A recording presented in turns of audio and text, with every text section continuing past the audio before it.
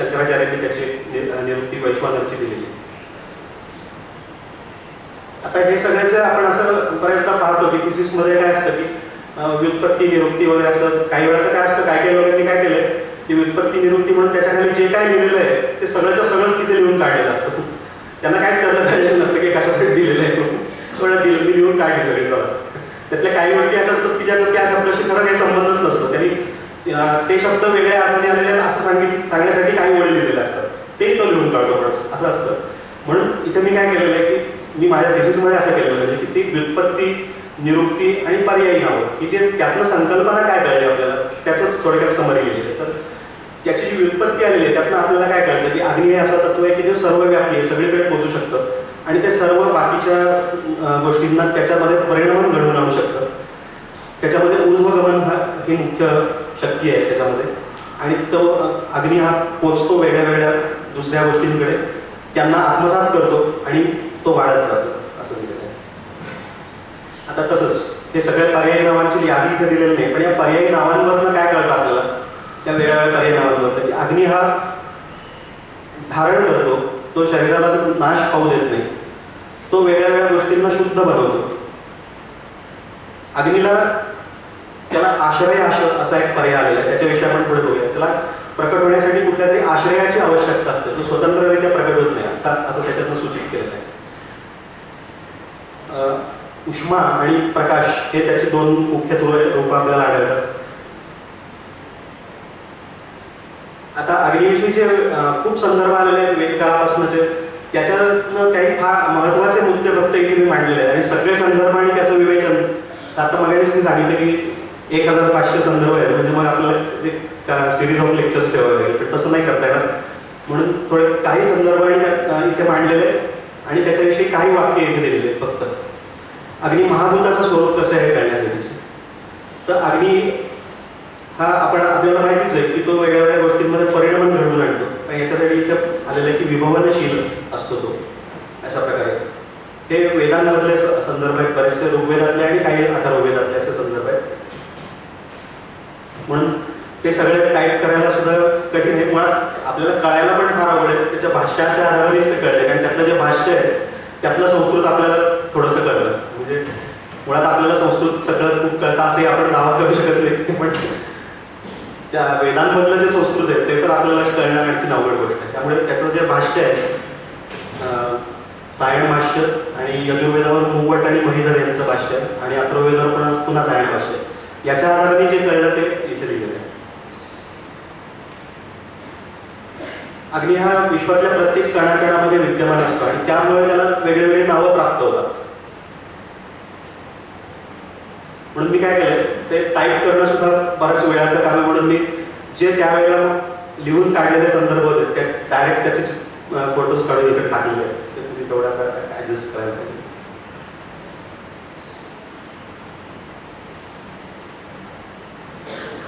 तीन लोकांमध्ये म्हणजे पृथ्वी मधलं संपूर्ण वातावरण एन्व्हायरमेंट आणि अंतरिक्ष बाह्य, या तिन्ही याच्यामध्ये अग्नी विद्यमान असतो आणि तो वेगवेगळ्या रूपांमध्ये असतो. तर तो अग्नी म्हणजे आपल्याला माहिती असलेला अग्नी हा पृथ्वीवरती, मग विद्युत या स्वरूपात, आणि तो बाह्य अंतरिक्षात सुद्धा वेगळ्या वेगळ्या अर्चिवशी म्हणजे किरण या स्वरूपात तो विद्यमान असतो. म्हणजे त्याला आपण कॉस्मिक रेडिएशन्स असं म्हणू शकतो, म्हणून तसा शब्द वापरला. अशा स्वरूपात असतो. असे संदर्भ आपल्याला बरेच सापडतात, त्यातले इथे मी 2-3 दिलेले आहेत.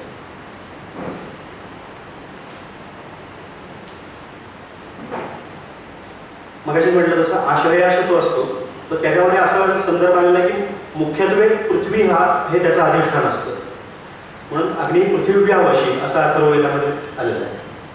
पण तो अंतरिक्षामध्येही वेगाने जात असतो असं वर्णन सुद्धा वेदांमध्ये आलेलं आहे. त्याचा संदर्भ टाकलेला आहे इथे मी खाली, तुम्ही बघू शकता. याच प्रकारचा मगाशी एक संदर्भ आला तरी की अनेक सृष्टीच्या वेगळ्या वेगळ्या भागात अग्नी वेगळ्या वेगळ्या स्वरूपात विद्यमान असतो. हे आपल्याला सगळ्यांना माहिती आहे. वैशेषिक दर्शनातलं की भौम, दिव्य, उदरी आणि आकरज अशा 4 प्रकारचं तेज असतं, हे आपल्याला माहिती आहे. हे आपण पदार्थ विज्ञानात शिकलेलो असतो. हे जे सगळे संदर्भ आहेत याच्यात असं दिलेलं आहे की ऊर्ध्वज्वलन हा त्याचा मुख्य स्वभाव आहे, अशा स्वरूपातले वेदांमधले संदर्भ. अग्नी हा उष्मा आणि प्रकाश या स्वरूपात प्रकट होत असतो. अशा प्रकारचे बरेचसे संदर्भ आपल्याला सापडतात. ताऱ्यांमधून निघणारा प्रकाश हा सुद्धा एक प्रकारचा अग्नी आहे असं अनेक ठिकाणी सांगितलेलं आहे.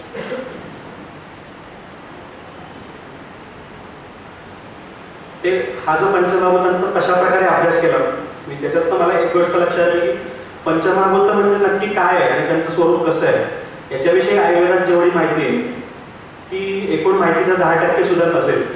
आणि ते स्वाभाविक आहे, कारण आयुर्वेदामध्ये तुम्ही आधी हे सगळ्या गोष्टी माहिती करूनच आयुर्वेदात शिकायला आलेल्या आहेत. आता त्याचा चिकित्सेत कसा उपयोग करायचा आहे हे सांगणं त्यांना अपेक्षित आहे. आणि त्यामुळे त्यांनी अशा प्रकारचं आहे, उदाहरणार्थ असं आलेलं आहे की अग्निरेव शरीरे पित्तांतर्गत कुपिता शुभाशुभ, तुम्हाला अगदी माहितीच आहे आधी, तोच पित्तामध्ये असतो आणि तो आधी कामं करतो. आता एवढं तुम्हाला सांगितलं की कळेल.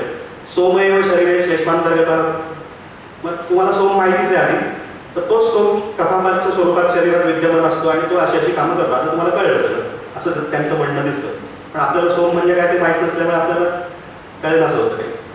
तर त्यामुळे ही बॅकग्राऊंड त्यावेळेला ते घेऊन एक प्रकारचं स्पेशलायझेशन सारखं मग आयुर्वेद शिकायला येत होते आणि मूळ असं सगळं ज्ञान कळायला पाहिजे.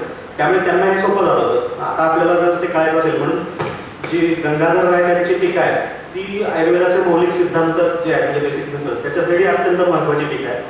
तर ते जे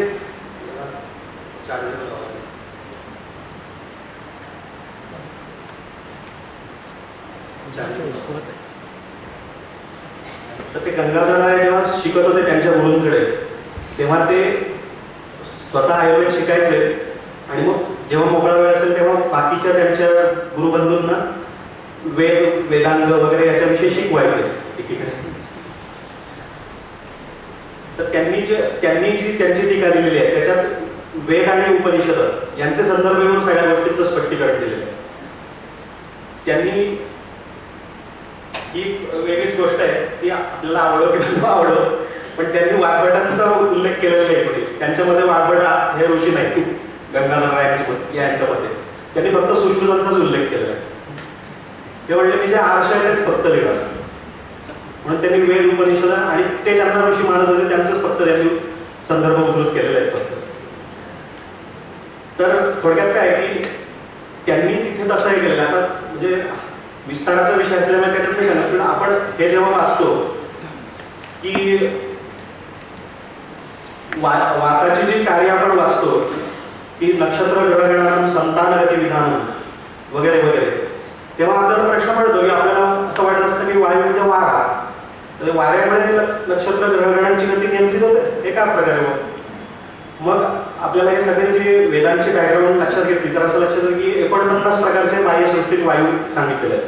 त्याच्यातले गंगाधर यांनी 7 महत्त्वाच्या वायूंचा उल्लेख त्यांच्या टीकेत केलेला आहे. तर ते 49 प्रकारांपैकी एक प्रवह नावाचं वात वर्णन केलेलं आहे.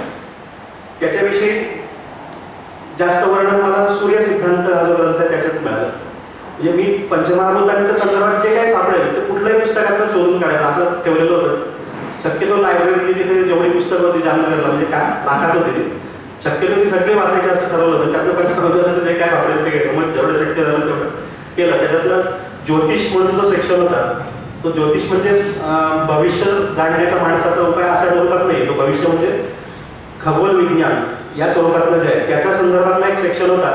त्याच्यातली सगळी पुस्तकं धुळकात पडलेली, त्याला कोणीच हलवलेलं नव्हतं बऱ्याच वर्षात. कदाचित वैद्य मिलिंद कुलकर्णी त्यांनी कदाचित हलवलं असेल, त्यांनी सर्वात जास्त तिथल्या लायब्ररीचा उपयोग केलेला होता. तर त्याच्यातनं ते काढले गेले आणि त्या सूर्य सिद्धांतामध्ये खूप चांगल्या प्रकारची माहिती मिळाली. तर त्याच्यात प्रवाह नावाच्या वायूचं वर्णन दिलेलं आहे आणि त्याच्यात त्यांनी दिलेलं आहे की तो सूर्यापासून निघतो आणि तो ग्रहांवरती आपटतो आणि त्याच्यामधून ती गती नियंत्रित होते. अशाच प्रकारची आत्ता संकल्पना आलेली आहे आणि त्यालाही त्यांनी नाव दिलंय सोलर विंड असं, पण तो पण विंड नसतो खऱ्या अर्थाने, अशी संकल्पना आलेली आहे. तर त्यामुळे अशा प्रकारच्या संकल्पना म्हणून आपण ज्या 49 प्रकारच्या वायूंचा जर अभ्यास केला तर मग आपल्याला ते बाह्यसृष्टीतल्या वायूंचं जे वर्णन वायुर्वेद महर्षींनी दिलेलं आहे त्याचं आपल्याला कळेल की अच्छा म्हणून असं आहे सगळं. आणि मग आपल्याला हे पण लक्षात येईल, म्हणजे ते आधीच लक्षात यायला हवं खरं की वायू म्हणजे वारा नाहीये.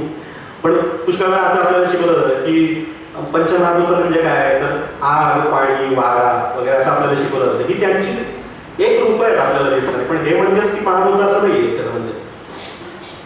आता जे आकर्षण तेज आहे याच्या संदर्भात एक श्लोक इथे मी उद्धृत केलाय मुद्दाम, तो आपल्याला आपलं लक्ष काही वेळा त्याच्याकडे गेलेलं नसतं म्हणून, की असं दिलेलं की यत तेजो ज्योतिषाम दीप्तम. छत्रपाणींनी एक शालाक्य मध्ये आलेला श्लोक म्हणून उद्धृत केलाय, कोणत्या शालाक्यानंतर ते नाही दिलेलं तिथे. यत तेजो ज्योतिषाम दीप्तम शरीरे प्राणिनाम चेत संयुक्तम तेजसः तेजः तरी रूपाणी पश्यते. वेगळ्या वेगळ्या बाह्य सृष्टीचे जे द्रव्य आहेत त्यांच्यामधनं जे तेज निघत असतं ते शरीरात पोचून डोळ्यांचं म्हणजे आलोचक पित्तांतर्गत जो अग्नी आहे, असं सुश्रुत समितीत त्यांनाही आलोचक अग्नी वगैरे शब्द वापरले, त्याच्याशी जेव्हा त्याचा संयोग होतो ते तेज आणि तेज याचा संयोग झाला की मग रूपज्ञान होतं असं दिलेलं आहे. हा एक महत्वाचा संदर्भ आहे. म्हणजे असं आपण ते पदार्थ विज्ञानात एक प्राप्य कार्य शिकतो की ते इंद्रिय बाहेर जातं आणि मग ते त्याच्याशी संयोग पावतात मग ते परत येतं. तर ते काय आहे ते माहिती आहे प्रकार, म्हणजे ते कुठल्या कुणाच्या मते आणि काय काय त्याचं विस्तार, पण आपल्या याच्यात हा एक संदर्भ आलेला हा महत्वाचा आहे कमीत कमी चक्षुरेंद्रियाच्या संदर्भात.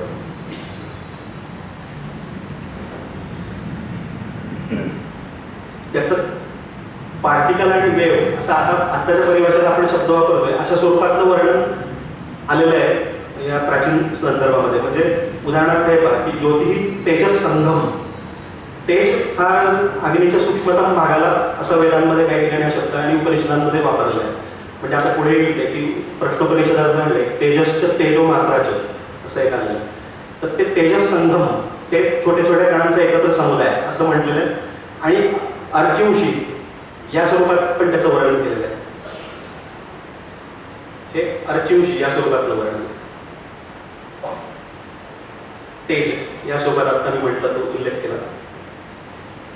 आणि असाही संदर्भ आलेला आहे की हा जो तेज नावाचा सूक्ष्मतम भाग असतो हा अंतरिक्षात खूप वेगाने जाऊ शकतो असं वर्णन आलेलं आहे.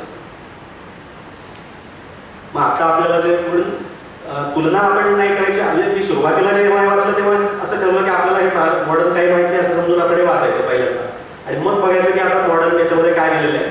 जर ते जुळत असेल तरी ठीक आहे, नसेल तरी ठीक आहे. पण बऱ्याच गोष्टी अशा आहेत की आता सध्या त्यांच्या दृष्टीने फोटॉनची कन्सेप्ट म्हणतात आणि तो फास्टेस्ट मुव्हिंग पार्टिकल आहे असं मानलं जातं. एक असंही लोकांचं सांगण्याची पद्धत असेल ती महत्वाची आहे की आकाश आणि वायू हे सूक्ष्मत्वाकडे जाणारे असतात. पृथ्वी आणि आग जेव्हा असतात तेव्हा ते स्थूलत्वाकडे घेऊन जातात हळूहळू. आणि अग्नी हा त्याच्यातला दुवा आहे. अग्नी हा त्यांच्यातला बॅलन्स ठेवतो एक प्रकारे. म्हणून सूक्ष्म आणि स्थूल किंवा सर्व सृष्टीतल्या परिणामांमध्ये नियंत्रण ठेवणं, बॅलन्स ठेवणं याच्यासाठी म्हणून तो तिसऱ्या क्रमांकाला मध्ये असलेलं महाभूत. आता अनेक जे संदर्भ आहेत त्यातले आता दोन तीन अशा संदर्भांचा उल्लेख करतो की जे आपल्याला डायरेक्टली महत्वाचे आहेत. अशा काही असे पण खूप संदर्भ आहेत पण त्यातले काही उल्लेख करतो इथे. म्हणजे उदाहरणार्थ हा संदर्भ आहे याच्यात काय म्हटलेलं आहे की जे रेतस जे असतं ते त्याच्या निर्मितीमध्ये अग्नीचा फार महत्वाचा वाटा आहे. आपल्याला ते माहितीच आहे की रसाचं परिणाम आणि मग क्रमशः सगळ्या धातूंचं परिणाम झाल्यावर शेवटी शुक्र उत्पन्न होतो. तर त्याच्या पुढे असं म्हटलेलं आहे की दोन्हीमध्ये निश्चित जे शुक्र आहे त्याचं गर्भात परिणाम अग्नी करतो. आणि त्याच्यात असंही म्हटलेलं आहे खाली सायण भाषात की अयम साक्षात एव उत्पादक, अप्रत्यक्षरित्या नाही प्रत्यक्षरित्या अग्नीच कारणीभूत असतो गर्भाच्या उत्पत्तीला. म्हणजे आपण आता जेव्हा इनफर्टिलिटी किंवा अशा स्वरूपात विचार करू तेव्हा अग्नीचा आपण एवढा विचार व्यवस्थित करतोय का असं आपल्याला लक्षात घ्यावं लागेल त्यासाठी. आणि असंही म्हटलेलं आहे त्याच्यामध्ये की हा अग्नी त्या शुक्रशोणिताला विशिष्ट आकारात परिणत करतो. तेव्हा मग ज्या डेव्हलपमेंटल अॅनोमलीज असतील त्याच्यात सुद्धा आपल्याला अग्नीचा आणखी प्रकर्षाने विचार करण्याची आवश्यकता असतात त्याच्यावरून लक्षात येईल. म्हणून हा संदर्भ इथे टाकलेला आहे. नृपश्वादी देह आकाराने परिणाम आहे, विशिष्ट आकारात त्याचं परिणाम करतो. ही संकल्पना आपल्याला माहितीच आहे की अग्नी हा अन्न पचवतो आणि अन्न कसं आहे याच्यावरती अग्नीची स्थिती अवलंबून असते. अशाच प्रकारचं वेदांमध्ये वर्णन झालेलं. त्यांनी म्हटलेलं ऊर्जा पुत्रम वर्ग. तो ऊर्जा म्हणजे अग्नी हा अन्नाचा पुत्र आहे असं म्हटलेलं आहे एक प्रकारे. म्हणजे तीच संकल्पना मांडलेली.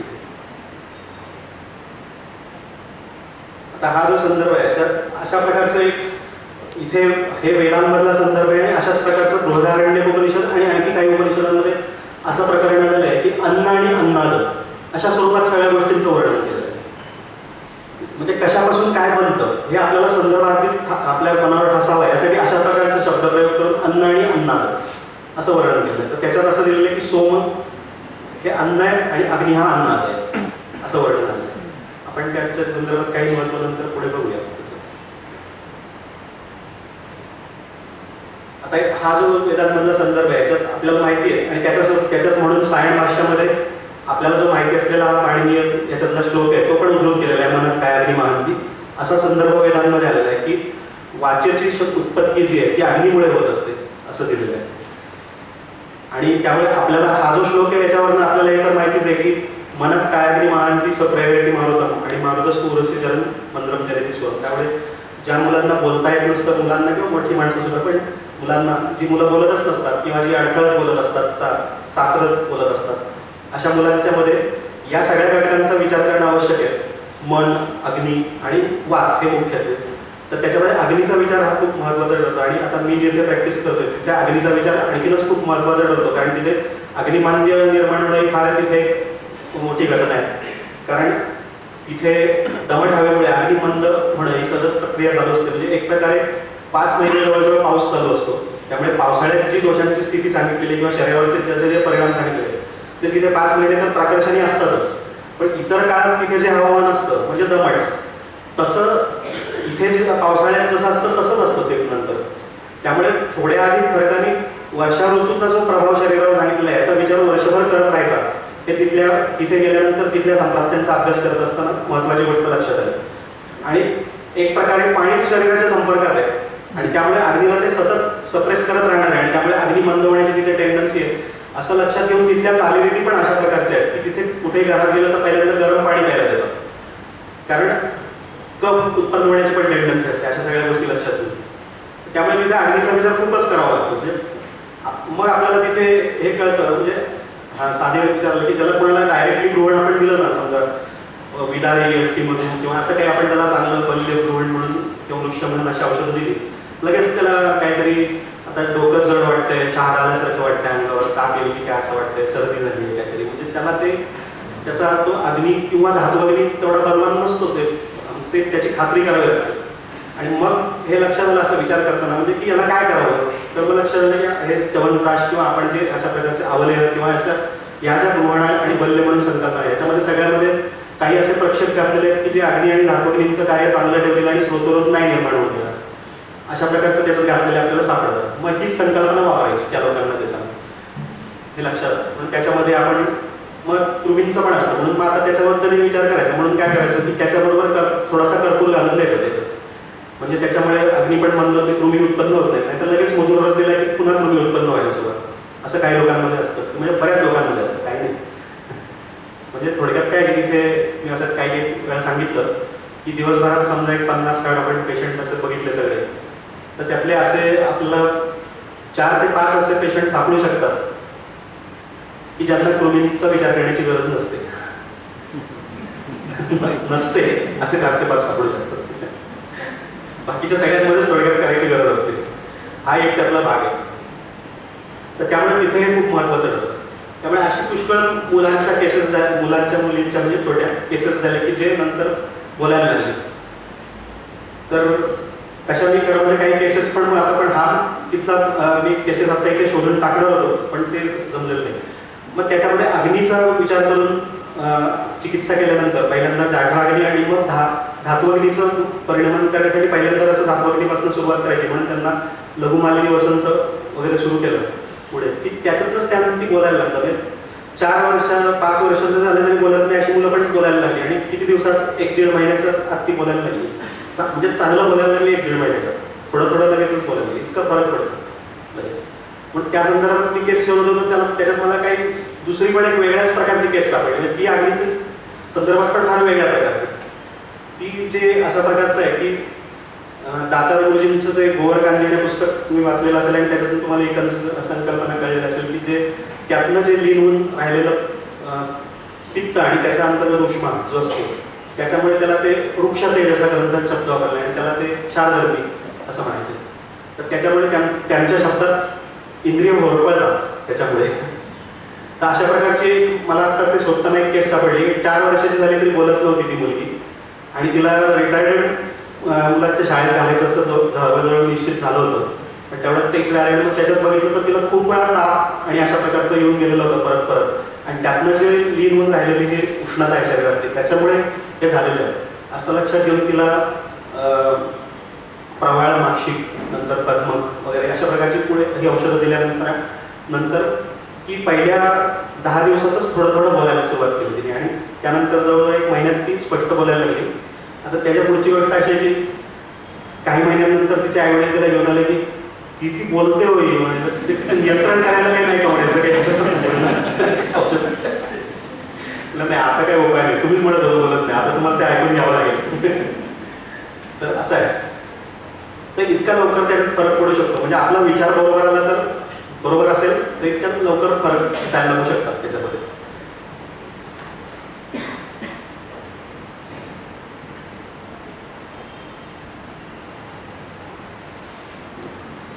आता अग्नी तन्मात्राचं वर्ण, रक्तवर्ण आणि त्रिकोणाकृती असं सांगितलेलं आहे. मग आता आपण बघितलं तसं अनेक प्रकारे त्याचा आपण व्यवहारात विचार करू शकतो. असं जसं मध्ये एकदा जमदग्नी सरांनी त्यांच्या पोस्टमध्ये टाकली खदीरचं कार्य, तर त्याच्यात त्यांनी एक असं टाकलं की त्याच्यात काटे असतात, आणि काटे म्हणजे त्रिकोण आकृती एक प्रकारे म्हणजे असं असल्यामुळे म्हणून ते अग्नीवर पण जास्त चांगलं काम करतं. म्हणजे जरी आपल्याला वाटतं की खदीरच काय अग्नीवर एवढंच काम करतं का, किंवा गोक्षूर अग्नीवर कसं काम करतं, त्यांचं म्हणणं असं एक त्यांनी विचार मांडला होता.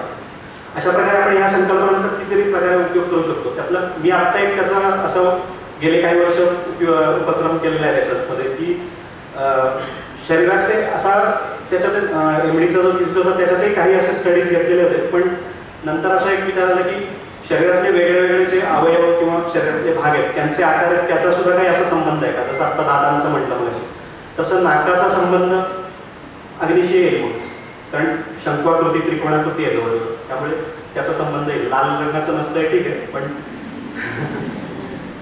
नाही असे पण येतात पेशंट की फक्त नाकच लाल झालेलं आहे, किंवा फक्त नाक चॉकलेटी झालेलं आहे, किंवा फक्त नाकच काळं पडलेलं आहे, असे पण पेशंट येतात.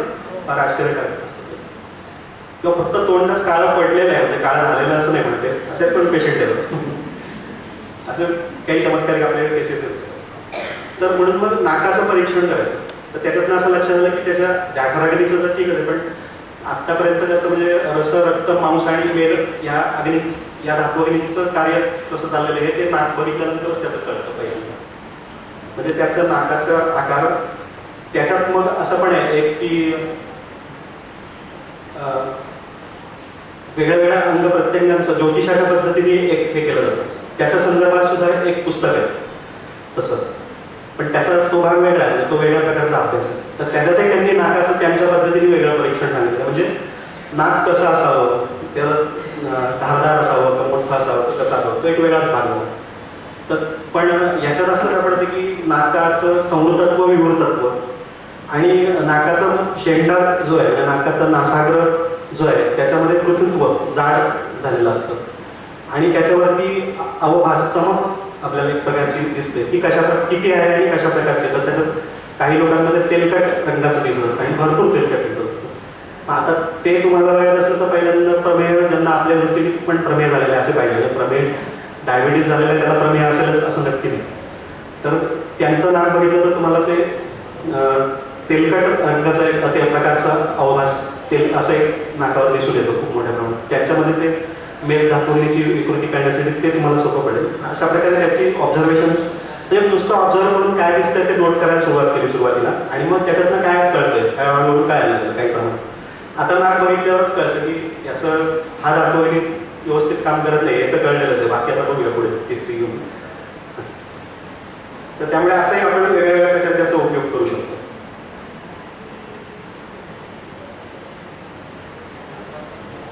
आता शरीरातला जो अग्नी आहे त्याचं स्वरूप आता आपण त्याच्याकडे बोलूया की अग्नी हा विषय असा आहे. मगाशी गाडगेसरांची बोलताना की तर त्याच्यावरती सर्व वैद्य आणि भरपूर बोलू शकतात, एवढा तो आयुर्वेदातला महत्त्वाचा विषय आहे. आणि प्रत्येक वैद्याकडे त्याच्यासाठी स्वतःचे विचार आणि खूप अनुभव असतात.